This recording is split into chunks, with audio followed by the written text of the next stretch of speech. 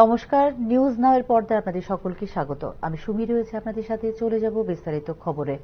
শারীর শিক্ষকের শূন্য পদের সংখ্যা যেখানে 500, সেখানে বিনিয়োগের অভাবে থুকছে রাজ্যের বিদ্যালয় পর্যায়ের ক্রীড়া। এদিকে এর আগে দুইবার নিয়োগ প্রক্রিয়া বাতিল হবার পর সোমবার শেষ হল 300 জুনিয়র পিআই পদে নিয়োগের আবেদনপত্র জমা দেওয়ার সময়সীমা। ক্রীড়া শিক্ষক স্বল্পতায় হারিয়ে যাচ্ছে বিদ্যালয় স্তর থেকে খেলাধুলা। দীর্ঘ বহু বছর ধরে ক্রীড়া দপ্তরের ক্রীড়া শিক্ষক পদে নেই নিয়োগ। ক্রমে ক্রমে ক্রীড়া শিক্ষকের পদ শূন্য হতে হতে এখন বর্তমান ক্রীড়া শিক্ষকের থেকে বেশি শূন্য পদের সংখ্যা। রাজ্যে বর্তমানে 406 জন ক্রীড়া শিক্ষক রয়েছেন, অথচ শূন্য পদের সংখ্যা তার চেয়েও বেশি, প্রায় 500। এক সময় রাজ্যের অধিকাংশ বিদ্যালয়গুলিতে ন্যূনতম একজন করে ক্রীড়া শিক্ষক কর্মরত ছিলেন। কোনো কোনো বিদ্যালয়ে ছিলেন একাধিক ক্রীড়া শিক্ষক। বিদ্যালয়ের ছাত্রছাত্রীদের মধ্যে ক্রীড়া মানসিকতা সহ নানান প্রতিযোগিতায় ছাত্রছাত্রীদের প্রস্তুত করার কাজ করতেন এই ক্রীড়া শিক্ষকরা। বিদ্যালয় স্তর থেকে উঠে আসতো খেলোয়াড়। রাজ্যের মাঠগুলিতে তখন ভিড় ছিল খেলোয়াড়দের। আজ রাজ্যের জেলা, মহকুমা, এমনকি গ্রামাঞ্চল পর্যন্ত খেলার মাঠ থাকলেও সেখানে আর দেখা যায় না খেলোয়াড়দের। কোথাও কোথাও এই মাঠগুলো মেলা অথবা ব্যবহার করা হচ্ছে বাণিজ্যিক কোনো কাজের জন্য। ক্রীড়া ক্ষেত্রে রাজ্যের পরিধি অনেকটাই নিম্নমুখী বলে মনে করছেন ক্রীড়া বিশেষজ্ঞ মহল। রাজ্যের প্রতিটি জেলা, মহকুমায় ক্লাব ভিত্তিক football, volleyball, cricket, kabaddi, kho kho সহ নানা প্রতিযোগিতা আজ যেন স্বপ্ন। মহকুমা ও জেলাগুলিতে বছরের পর বছর চলে গেলেও নেই কোনো প্রতিযোগিতা। গ্রামীণ স্তরে বিভিন্ন ইভেন্ট প্রতিযোগিতা আজ ইতিহাস। গ্রীষ্মের ছুটিতে ক্রীড়া দপ্তর প্রতিটি জেলা, মহকুমায় আবাসিক কোচিং করানো হতো খেলোয়াড়দের। এই ক্ষেত্রেও বর্তমানে নিষ্ক্রিয় ক্রীড়া দপ্তর। খেলোয়াড়দের আসবাবপত্র থেকে শুরু করে পরিকাঠামোগত আজও বহু পেছনে রাজ্য। ন্যূনতম টিফিন পর্যন্ত দিতে পারে না দপ্তর। ফলে খেলাধুলায় উৎসাহ হারাচ্ছে রাজ্যের ছেলে মেয়েরা। একদিকে যেমন অভিভাবকরা ছেলে মেয়েদের আর মাঠে নিয়ে যেতে চান না, তেমনি খেলাধুলার ভবিষ্যৎ নিয়েও রয়েছে প্রশ্ন। রাজ্যে অসংখ্য খেলোয়াড়রা একাধিক জাতীয় স্তরের খেলায় অংশগ্রহণের পরেও তাদের ভাগ্যে জোটেনি সরকারি চাকুরি। ফলে খেলাধুলার প্রতি উৎসাহ হারাচ্ছে ছাত্রছাত্রী থেকে যুবক যুবতীরা। বর্তমান সমাজ ব্যবস্থায় নিজেদের কেরিয়ার গঠনে ছুটছে ছেলে মেয়েরা, আরেকটি অংশ নেশায় বুঁদ হয়ে হচ্ছে বিপদগামী। এদিকে রাজ্য সরকারের ঘোষিত 300 জুনিয়র পিআই পদে আবেদনের সময় সীমা শেষ হয়েছে সোমবার, অর্থাৎ 10ই মার্চ। এই ক্ষেত্রে 4000-এর উপর আবেদনপত্র জমা পড়েছে 300 জুনিয়র পিআই পদের জন্য। উল্লেখ করা যেতে পারে, এর আগে দুইবার বাতিল করা হয়েছিল এই নিয়োগ প্রক্রিয়া। 2014 সালে সর্বশেষ পূরণ করা হয়েছিল ক্রীড়া শিক্ষকের শূন্যপদ। Bureau report, news now. গত 2 বছর আগে উদয়পুর, ধর্মনগর, কুমারঘাট, আগরতলা রেল স্টেশনকে অমৃত ভারত স্টেশন এ উন্নীত করার ঘোষণা দেয়া হলেও এখনো পর্যন্ত তা কার্যকর করতে পারেনি রেল কর্তৃপক্ষ। স্বাভাবিকভাবেই এক্ষেত্রে রেলের কর্মপদ্ধতি নিয়ে উঠছে প্রশ্নচিহ্ন। উত্তর পূর্ব ভারত জুড়ে রেলওয়ে অবকাঠামো আধুনিকীকরণের বৃহত্তর উদ্যোগের অংশ হিসেবে অমৃত ভারত স্টেশন প্রকল্পের আওতায় ত্রিপুরার 4টি রেলওয়ে স্টেশন বিশ্বমানের মানসম্পন্ন করার ঘোষণা দিয়েছিল কেন্দ্রীয় রেল মন্ত্রক। এগুলি হল উদয়পুর, ধর্মনগর, কুমারঘাট এবং আগরতলা রেল স্টেশন। 6 আগস্ট 2023 তারিখে ভিডিও কনফারেন্সিং এর মাধ্যমে ভারত জুড়ে এই প্রকল্পে 508টি রেল স্টেশনের পুনর্নির্মাণের ভিত্তিপ্রস্তর স্থাপন করেছিলেন স্বয়ং প্রধানমন্ত্রী নরেন্দ্র মোদী, যেখানে যুক্ত ছিল ত্রিপুরার এই 4টি রেল স্টেশনও। আধুনিক নকশা, অত্যাধুনিক সুযোগ সুবিধা এবং এই উন্নত যোগাযোগ ব্যবস্থা চালু করা ছিল এই প্রকল্পের মূল উদ্দেশ্য। 2 বছর আগে এই প্রকল্প ঘোষণা করা হলেও এখনো পর্যন্ত কাজ শুরু করতে পারেনি রেল মন্ত্রক।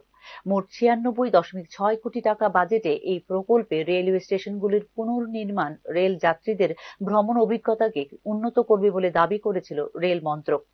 সূক্ষ্ম নকশা এবং সুচিন্তিত পরিকল্পনার মাধ্যমে গড়ে তোলা হবে এই রেল স্টেশনগুলি, যেখানে দিব্যাঙ্গজন সহ সকল ধরনের ভ্রমণকারীদের জন্য থাকবে উপযুক্ত সুবিধা বলে জানিয়েছিল উত্তর পূর্ব সীমান্ত রেল কর্তৃপক্ষ। এই উন্নত স্টেশনগুলি কেবল পর্যটন খাতকেই উন্নত করবে না, বরং তাদের আশেপাশের অঞ্চলে অর্থনৈতিক কর্মকাণ্ড বৃদ্ধি করবে বলে দাবি করেছিল রেল মন্ত্রক। অমৃত ভারত স্টেশন প্রকল্পের অধীনে বিকশিত রেলওয়ে স্টেশনগুলি গর্বের প্রতীক হিসেবে দাঁড়িয়ে থাকবে, যেখানে প্রতিফলিত হবে জাতির ঐতিহ্য, যা অনুপ্রাণিত করবে প্রতিটি নাগরিককে বলেও দাবি করেছিল রেল মন্ত্রক।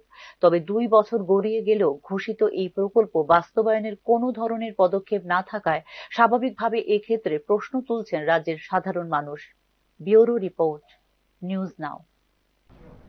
টিএনজিসিএল এর কবিরা স্টিলা স্পোর্টস স্কুল রোড স্থিত সাউথ জোন O&M এবং কাস্টমার কেয়ার ইউনিট অফিস স্থানান্তরের সিদ্ধান্তে ক্ষুব্ধ এলাকাবাসী।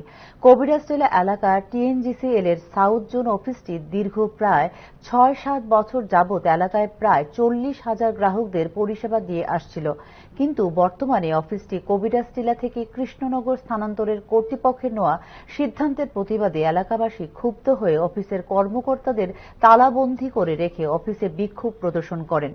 তবে টিএনজিসিএল এর ঊর্ধ্বতন কর্তৃপক্ষের সিদ্ধান্ত অনুযায়ী টেন্ডারের মাধ্যমে অফিসের স্থান নির্ধারিত হয়, তাই কর্তৃপক্ষের সিদ্ধান্ত অনুযায়ী তারা কাজ করছেন এবং গ্রাহকদের বিল পরিষেবা সংক্রান্ত যাবতীয় সিদ্ধান্ত কর্তৃপক্ষ গ্রহণ করবেন বলে জানিয়েছেন টিএনজিসিএল এর কবিরা স্টিলা স্থিত অফিসের কর্মকর্তারা। টিএনজিসিএল এর টেন্ডার হয়, তো সেই মোতাবেক টিএনজিসিএল সিদ্ধান্ত নেয় যে অফিস কোন জায়গায় হবে বা হবে না এইসব, ঠিক আছে। তো আমরা এখানে O&M অফিস দীর্ঘ ৬ বছর নাগাদই আছি, তো আমরা প্রায় ৬-৭ বছর। তো আমরা এখান থেকেই পুরা সাউথ জোনে এখানে কয়েক হাজার, প্রায় ৪০,০০০ অনেকটা বেশি এদিকে আমরা কনজিউমার আছে। এখানে ইন্ডাস্ট্রি এরিয়া আছে, তারপরে তো কমার্শিয়াল লাইন আছে, তারপর ডোমেস্টিক কানেকশন আছে। তো আমরা এজ এ O&M স্টাফ হিসাবে ওদেরকে পরিষেবা দিতে লাগে। তো হঠাৎ অফিস থেকে ইনস্ট্রাকশন এসেছে যে আমাদের একটা অফিস থেকে এখানে শিফট করে কৃষ্ণনগর নেওয়া হবে। অ্যাকচুয়ালি দেখা যাচ্ছে যে গত আমরা এখান থেকে যে পরিষেবা দিতে হিমশিম খাচ্ছি, কিন্তু এখন অফিসিয়াল সিদ্ধান্ত আমার তো কিছু করার নেই। তো আমরা সেই মোতাবেক স্বামীর পরকীয়ার জেরে বিষাক্ত ঔষধ খেয়ে আত্মহত্যার চেষ্টা করে পুলিশ কনস্টেবল স্ত্রী, তাকে তড়িঘড়ি গোমতী জেলা হাসপাতালে নিয়ে যান পরিবারের সদস্যরা। ঘটনায় তীব্র চাঞ্চল্য ছড়িয়েছে গোটা উদয়পুরে। ডিউটি সেরে বাড়িতে গিয়ে স্বামী দীপঙ্কর চক্রবর্তীকে অন্য মহিলার সাথে অশালীন অবস্থায় দেখতে পেয়ে অভিমানে ঘরে রাখা পুরনো ঔষধ খেয়ে আত্মহত্যার চেষ্টা করে পুলিশ কনস্টেবল অনুপমা চক্রবর্তী। ঘটনা জানাজানি হবার ভয়ে গোপন স্ত্রীকে গোমতী জেলা হাসপাতালে নিয়ে যান স্বামী দীপঙ্কর চক্রবর্তী। এদিকে অনুপমা চক্রবর্তী অসংখ্য বিষাক্ত পদার্থ একসাথে খেয়েছেন বলে জানিয়েছেন গোমতী জেলা হাসপাতালের কর্তব্যরত চিকিৎসক। ঘটনা তদন্তে মামলা দায়ের হয়েছে RK-পুর থানায়। তো আমরা প্রাথমিকভাবে তার ওয়াশ করা হয়েছে, গ্যাস্ট্রিক লেভেল দেওয়া হয়েছে, তারপরে ট্রিটমেন্ট করার পরে এখন মেডিসিন ওয়ার্ডে ভর্তি রাখা আছে। কি ওষুধ খাচ্ছিল? আননোন কোনো কোথাও না কিছু না পার্টিকুলারলি কিছু বলছে না। পরোটা খাইছে বা কি খাইছে? আচ্ছা, এক্সাক্ট কোনো নাম্বার বা ফিগার কিছু। আচ্ছা, এখন কি ডিস্ট্রিক্ট হসপিটালে ভর্তি আছে? হসপিটালে ভর্তি কেমন আছে? মেডিসিন ওয়ার্ডে আছে, ফিমেল মেডিসিন ওয়ার্ড। কোন মেডিসিন আছে? কি নাম ডক্টর বাবু আপনার? অভিষেক বর্মন। এখন কেমন অবস্থা আছে? আপাতত স্টেবল। তো অনুপমা শর্মা একটা আমরা তো জানা একটা জোরে কোন কি হইছে? এর একটা আমরা ইনফরমেশন পাইছি আর কি যে কি জানি হয়েছে কি জানি কি মানে অসুস্থ হয়েছে, হসপিটাল ভর্তি আছে। কি অসুস্থ হইছে? মানে শুনছি আর কি আমরা তো এখন লেগে আইছে এখন আশা করে শুনছি যে ইয়ে হয়েছে মানে কীটনাশক জাতীয় কিছু খাইছে? বেতা টেবিল খাইছে। কি নাম ওনার? হ্যাঁ, ওনার কি নাম? অনুপমা শর্মা। উনি পুলিশ।